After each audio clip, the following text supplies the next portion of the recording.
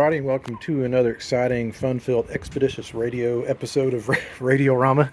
And today we have I think it's a 49 or 1950 Scott model 510. Scott was a premium maker of radios and radio equipment, I think starting back in the 30s. And this is kind of towards the end of the road for Scott. By this time, a lot of the glitz and glamour had kind of disappeared. Now, granted, it's still a premium product. We've got push-pull 6L6s, some pretty beefy output transformer, a nice 12-inch Jensen speaker, and even down here I can see they're using the more heat-resistant mica infused tube sockets. So not bad. We have push-pull outputs with the 6SN7 for the mixer. I have a 5Y3 and a 25Z6. That's curious. I think a 25Z6 is also a rectifier, so I'm not sure why they have two different rectifiers of two different tube types. And then we have a total of 1, 2, 3, 4, 5, 6, 7, 8, 9, 10 tubes in the tuner, making a total of 11, 12, 13, 14, 15. So this is a 15 tubes console. Not bad, really. It should sound decent. The cabinet is not great. It's not terrible, not great. The styling is also not great. The record player the person that donated it took the record player out before they transported it here, which I'm kind of glad they did because sometimes they get damaged in the process, and here it is. We have some extra tubes here, and we had the original manual, and it looks like there's a piece of veneer in there, so maybe looks like it's missing from the back here. No one's going to see that, so I'm not as concerned. But we've got some veneer missing on the top, so maybe I can cut that piece out. We've got a piece missing here and a little piece here. I'm not as concerned about the finish. To be honest, I'm just doing this set because I wanted to do something different. The tuning string is off. It's not the end of the world. I can take care of that. It comes with AM, FM, and then two inputs, one for TV, one for record player. My grill cloth is in pretty good shape. We got a nice cubby for records. So, I want to see what the working condition is, whether it works or not. Like I said, this is a little bit of a nicer unit. It looks like we have a Mallory electrolytic here. Mallory's are pretty good electrolytics. And up here we have something different, Amicon. So I'm going to bring my metered Variac over here and see if there's any life in it whatsoever. Okay, what I'm looking for to see is what kind of current draw we're going to get. If there's something really wacky, then it's going to start drawing a lot.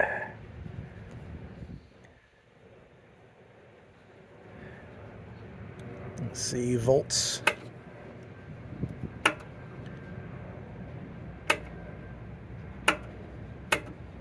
It's not really drawing that much. Let's see if we've got any. We've got filament. Okay.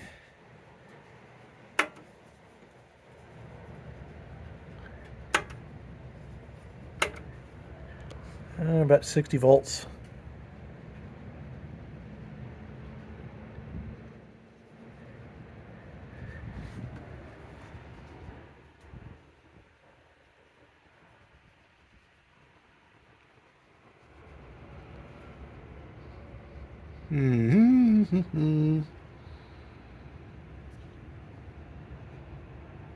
Don't know if I'm hearing anything here.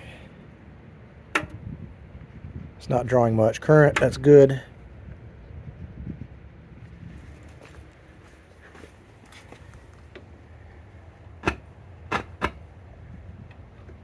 Have sound. Nope. I don't hear any hum. That's a good thing. I can't tune it because the tuning string's broken. So that tells me at least what I need to know for now. I'm going to go ahead and take both chassis out and bring it over to the bench.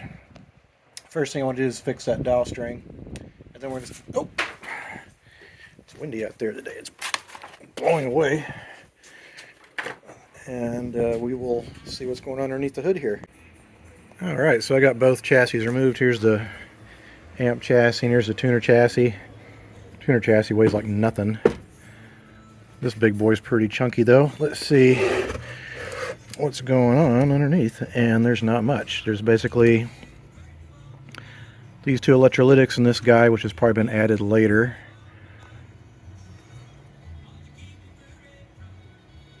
Amcon. There's another Amcon in here. Let's see what this is. Mallory. It's another Mallory. Maybe it's all factory original. I don't know. Let's take a look underneath the tuner. A little bit more going on here. That electrolytic is completely split wide open. But we have like 1, 2, 3, 4, 5, 6, 7, 8, 9, 10, 11, 12 paper caps and 2 electrolytics.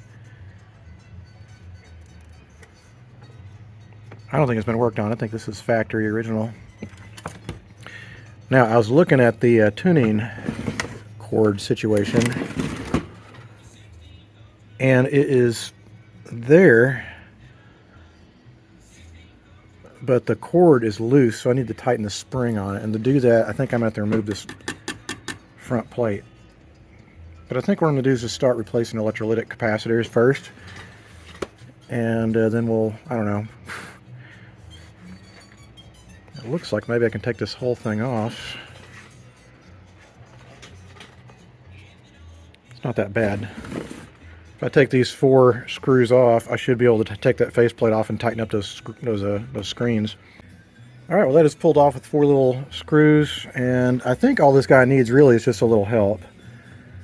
The tuning condenser bearings and stuff probably just need to be freshened up a little bit. You know, anything that basically can cause a point of friction. And we'll see. See, already that's moving. It's slipping a little bit. Might just be a little bit loose here.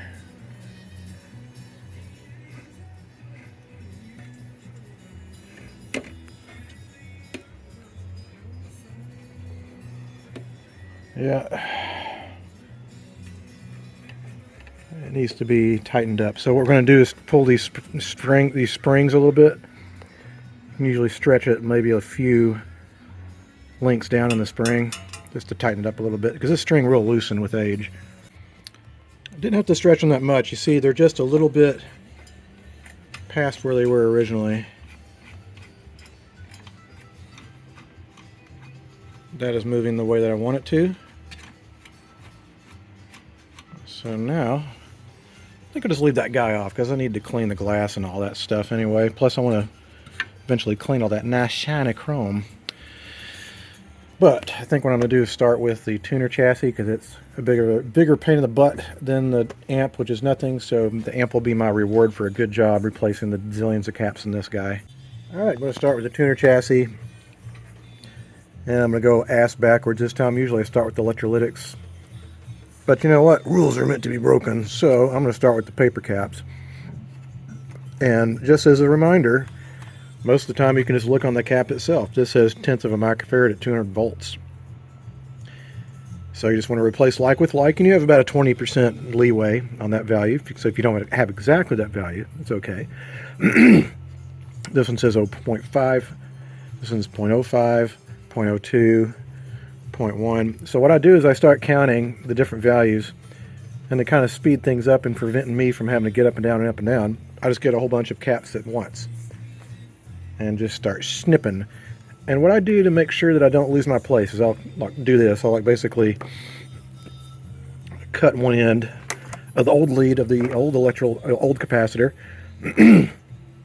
and then I'll attach, you know, one lead here of the new capacitor, and then cut the other one, the other side here. This one's pretty easy though, because it's right next to each other.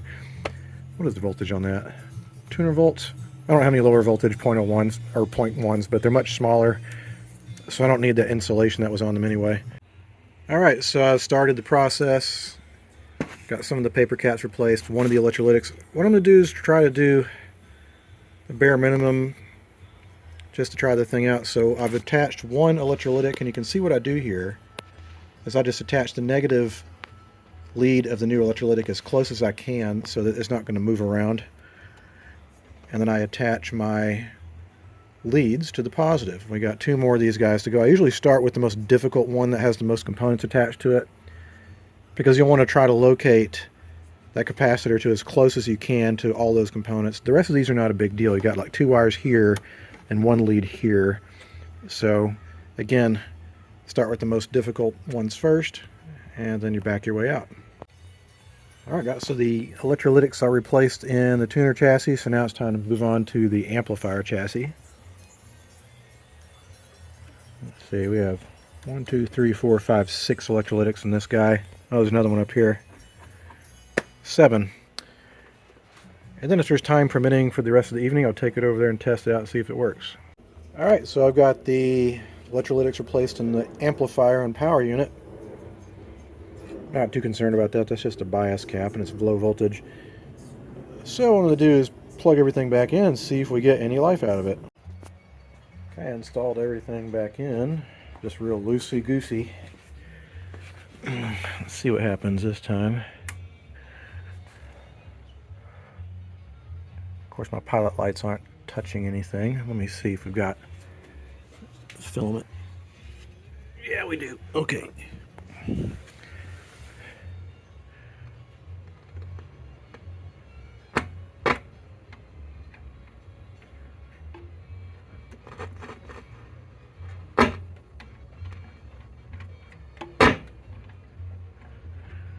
Plenty of audio.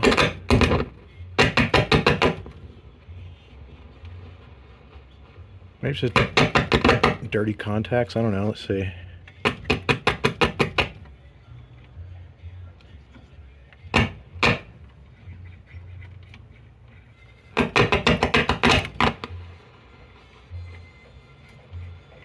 Yeah.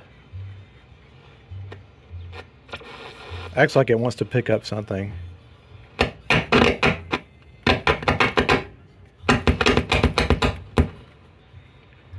Let's see if we got loose tube sockets back here.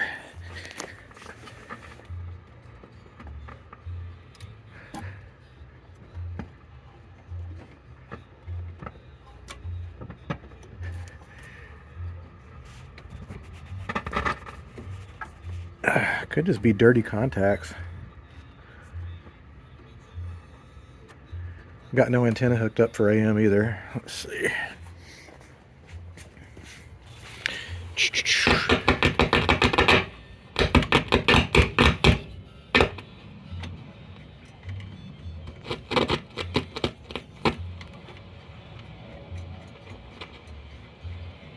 Should be picking up at least something. AM even without an antenna should have something on it. Let me go over here and clean the contacts on this bad boy. Alright, so let's clean up some of these dirty contacts. There's a lot of contact surfaces in here. And what we want to do is work that back and forth. Doesn't hurt to put in several applications. Let's try that again. Applying it liberally. And let's see, where's our volume control? Let's clean that as well. And where's this guy at? Here we go.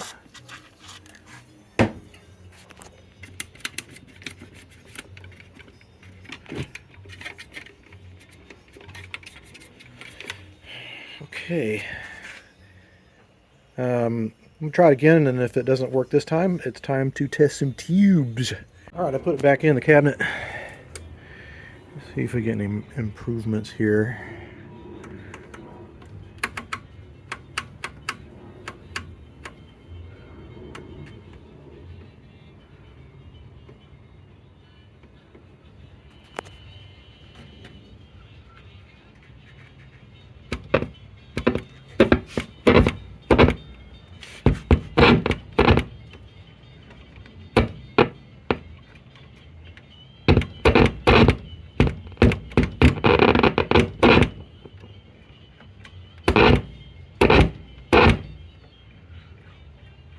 Well,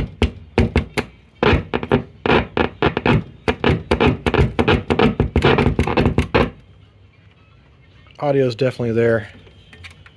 Let me put my finger on AM. See, I don't have an antenna for AM right now.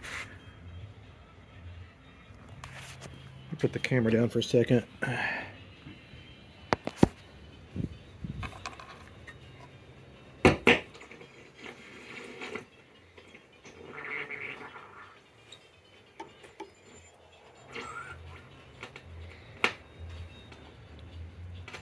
AM sounds pretty damn sick too. I think it's time to test some tubes. Alright, so I'm going to start testing the tubes. This is my favorite tube tester. It's a Hickok TV7, and they made these for the military. They're indestructible. You know, they're like $700 to $1,000 now, but if you do this every day like I do, when you want, you know, absolute precision, it's worth it. I got a hint, wink, wink, a discount at the museum because I know that I work on their stuff. Anyway, I'm going to test all these tubes, especially, well, I thought that was gas. It's just dirty. I'm wondering if also this might have had tube shields on it, because you've got these little indentations here. It makes sense, right? Oh well, I'm going to test the tubes.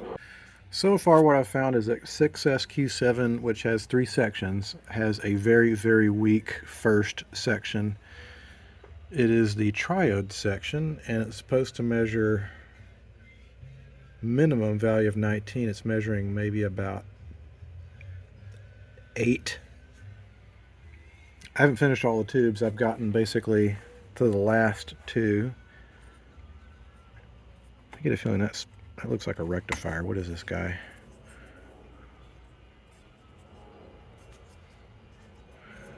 Crap. It looks like the printing has come off of it. Well, luckily I'll look on the chart on the back of the radio and we'll find out what that is. We also have a 6SC7. I think that's just a first audio tube. But anyway, this guy seems like it's pretty sad.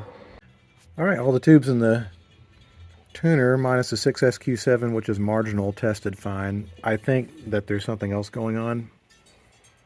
Usually, even if you have a tube that tests kind of weak, the set should work to some degree, which it's not doing at all. I suspect probably one of these paper caps has either shorted or something, because you can see a lot of these have, this one especially has excessive melting with this gap here. So probably the next stage is just to replace the rest of these paper capacitors and then test it again to see if it's still not working, and then we can go on the diagnostics, because there's no sense in trying to fix a problem when you still have lots of easy potential problems that are probably causing your issues. You're going to have to do it anyway. So I'm going to replace the rest of these capacitors, of which there are 1, 2, 3, 4, 5, 6, 7, 8, 9, 10 more left. This looks like a little electrolytic.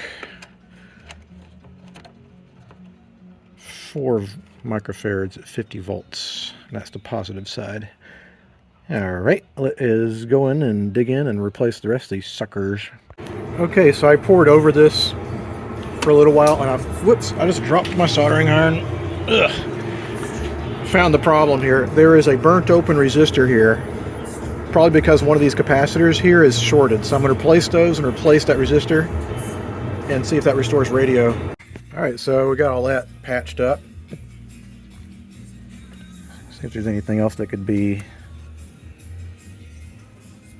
related to that. I'm going to go ahead and replace this one too. This one looks kind of gross. Yeah, you can see where it's kind of boiled right there. So that's probably shorted. Well, let's try this again. Hopefully it won't be... Oh wait, I forgot to put one of the tubes back in there. Let me go get the tube. Sorry about that, folks. Alright. FM, volume down, on. There she goes. Pretty little tube filaments are going.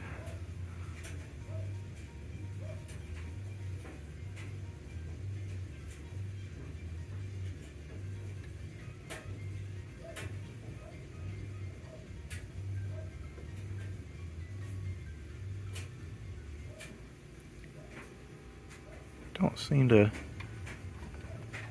be getting anything on.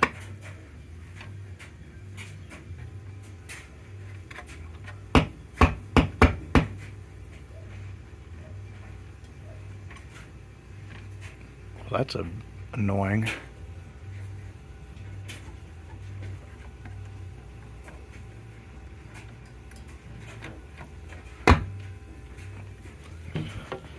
It's not doing anything. Let's see.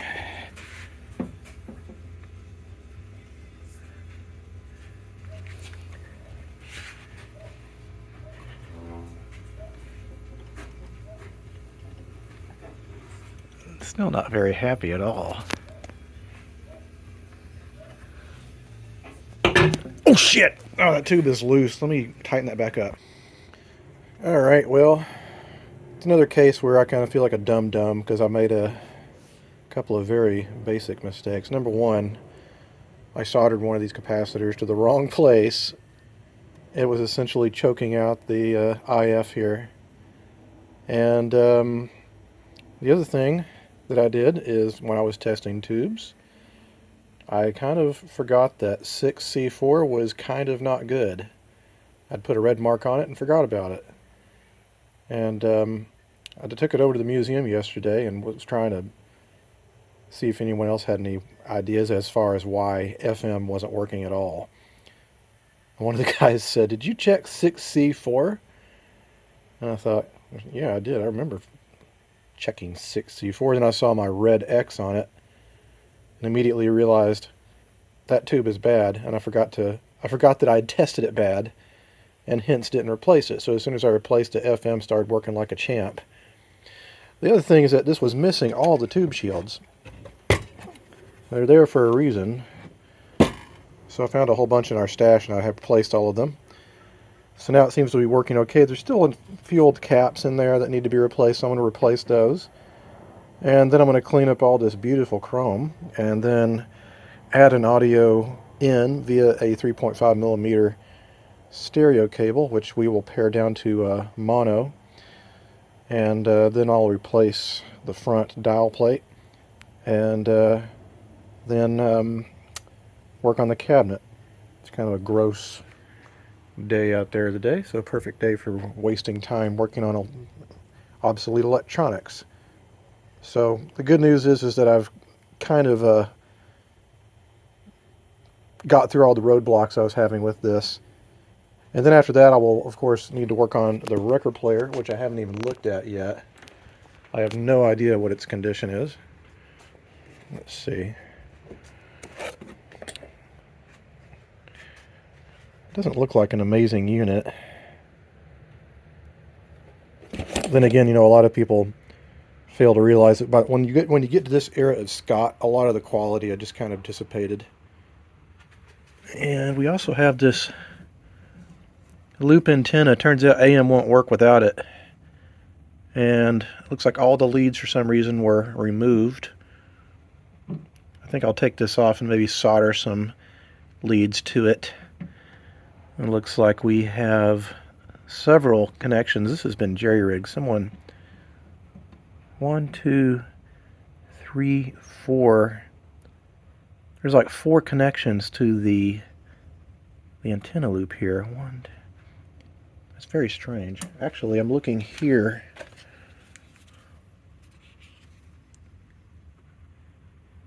I'm guessing that's what. This is the connection for the loop, because that would come up through here, and it's just got yanked off. So what I'll do is I'll strip these wires down. Maybe I'll take this out, and I'll test it out of the cabinet to make sure I've got the loop connected correctly.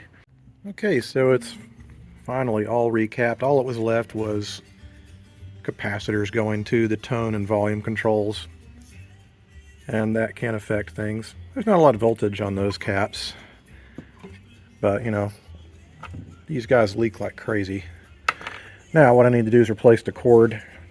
I thought it was okay at first, but when you just bend it like that, it snaps, like it cracks. So I have a new cord over here, and I'll just stick that in. And then I'm going to bring the antenna loop over here and hook it up with some test leads and see which goes where in order to get good AM. And I also want to conjure up a FM loop so I can optimize everything. Okay, so I've got my audio running through here.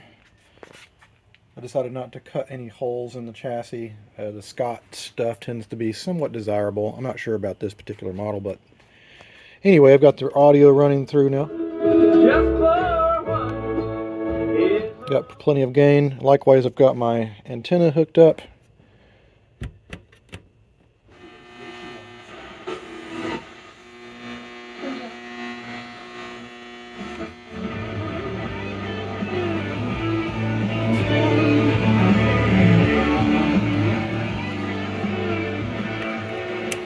Alright, so I think I'm going to run an additional wire, because for some reason when I hook it up to the full loop here, it doesn't sound that great. I think I might also need to do an alignment on AM as well. Okay, now it's time to do a little alignment here.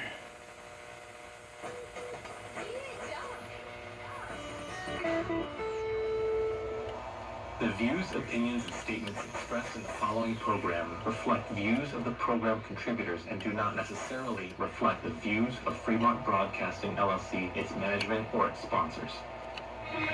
এমন সোনা সোনা দিনের কথা বলছি আর সত্যি কথা মনে হচ্ছে যে আজকের দিনটা একদম এরকম, তাই না? এরকম দিন বারবার আমাদের জীবনে ফিরে আসুক, এরকমই আমরা সবসময় চাই। তাই আজকের দিনটাকে স্পেশালি আমার মনে হয় আরো বেশি সুন্দর করে তোলার জন্য আমাদেরকে একটু আধটু তো খাটতেই হবে। যাই হোক, তোমাদের সকলকে মনে করিয়ে দিই যে মাঘী পূর্ণিমা আজকে। আর মাঘী পূর্ণিমা শুধুমাত্র বৌদ্ধদের জন্য নয়, আমার মনে হয় যে সমস্ত কি বলবো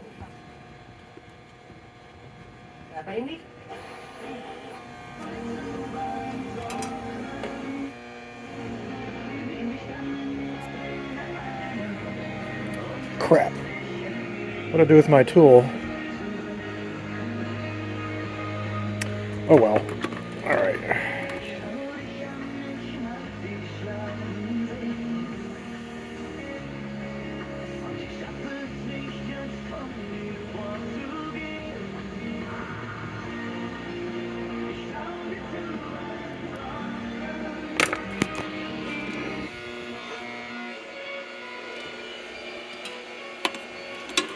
Quit! Ah, get out of the way. All right.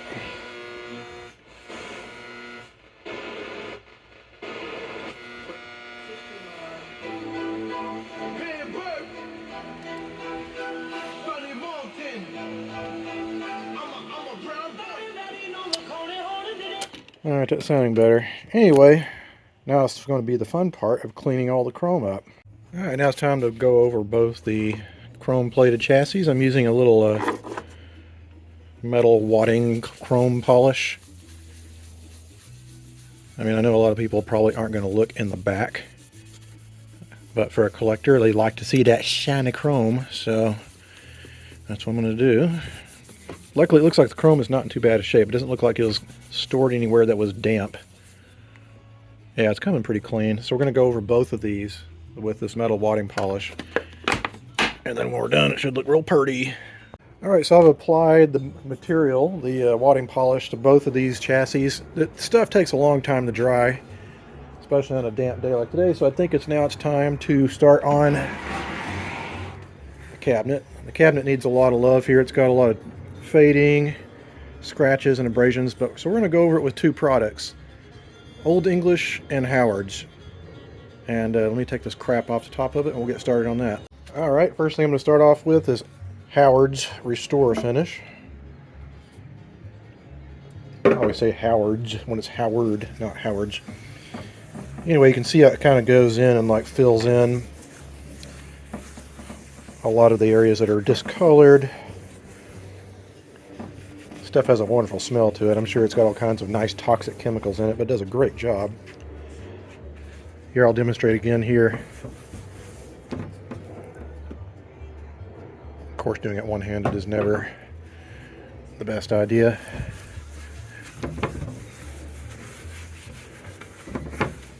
Might not be able to bring this back as much. It's a little light, but a lot of the other surfaces are coming back.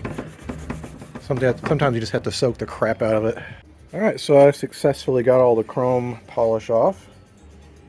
I put the faceplate back on the tuner. It's Not bad. Not looking bad at all. Also, likewise, been cleaning up the cabinet. When it's opened up, it looks great. I'm not wild about what's going on with the doors there. That definitely appears damaged by UV. That said, if people choose to keep the doors open, I wonder if these go all the way around. Almost. Anyway, now what I want to do is work on the record player, which I have been ignoring because record players are not my favorite thing to work on, and so I usually put them off until last. So let me move these chrome chassis off of the workbench and we'll bring over the record player and see what's going on with it. Alright, so I got the record player out. It looks like it's got a magnetic cartridge on it. That's good.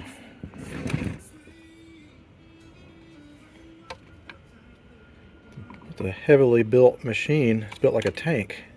I wonder who made this. I wonder if this is a Weber. Record player guys would know. Anyway, what I want to do is take this platter off to see what the situation is with the rubber bits underneath. Hopefully they're not dried up like rocks. It's an interesting setup here.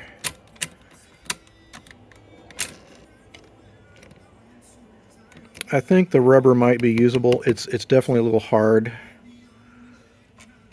Definitely have to scuff this up and really clean it up. I'm going to take that off before I do anything else. In fact, I'm going to take both these off. Because when you start trying to lubricate stuff, if you get any oil on the rubber parts, you're in big doo-doo. So I'm going to take a picture of this because I can remember which one of these goes where.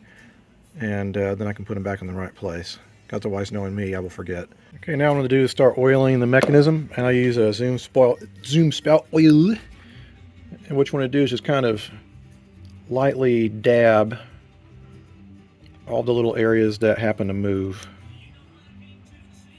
You know, I don't want to put too much on it. But anyway, the idea is that you want to get everything kind of moving nice and freely. Because that friction wheel has to do a lot of work. And if you have a gummed up mechanism, it either won't work right, or your record's going to play slowly, or all kinds of shenanigans are going to happen. Anyway, like I said, you want to go through the whole thing and oil everything up. I have to find a way to power this up because I want to make sure that it's going to cycle correctly and the motor's loosened up. Okay, so I decided to hook everything up. Motor's going really well. It's really nice and smooth, and we do have a good needle and cartridge. You can hear it. So what I need to do now is clean up and scuff all the little rubber things and put them back on there and see if it's going to grip. I hope it does, because otherwise that's a lot of parts to order. Alright, so what I did is I scuffed all the rubber bits up, and it seems like it's all moving like it should. I don't like that noise. What is that? Probably a low spot on the rubber piece. Maybe I'll just lubricate it just a little bit more. Get it to quieten down. Well, unfortunately, the rubber friction wheels are just a little bit too hard. It's not really happening. They won't grab. It's like it'll sort of grab, but not. There's something funny about it. It's like it's catching on something. But I talked to one of the guys who's our record player restoration guy. He's going to take a look at it. Meanwhile, I did have the amp and the tuner on for about 2 hours and nothing bad happened. The transformers are running pretty cool, low stress. So I think what I'm going to do is at least dab off and clean the interior of the cabinet and then put the stuff back in, and I'll call it a day. Alright, it is all back together again, save for the record player that needs to have some more attention. But here we go. We have FM playing right now.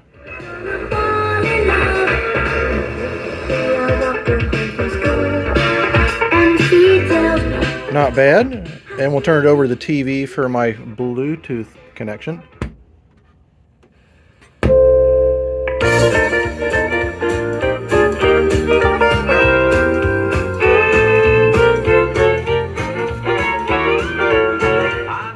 Not bad. Anyway, here's the back. It's all the nice, like, shiny chrome. And I've tried most everything, but if I had my druthers, then I'd rather have some swing. Anyway, I get a feeling this has like basically no value.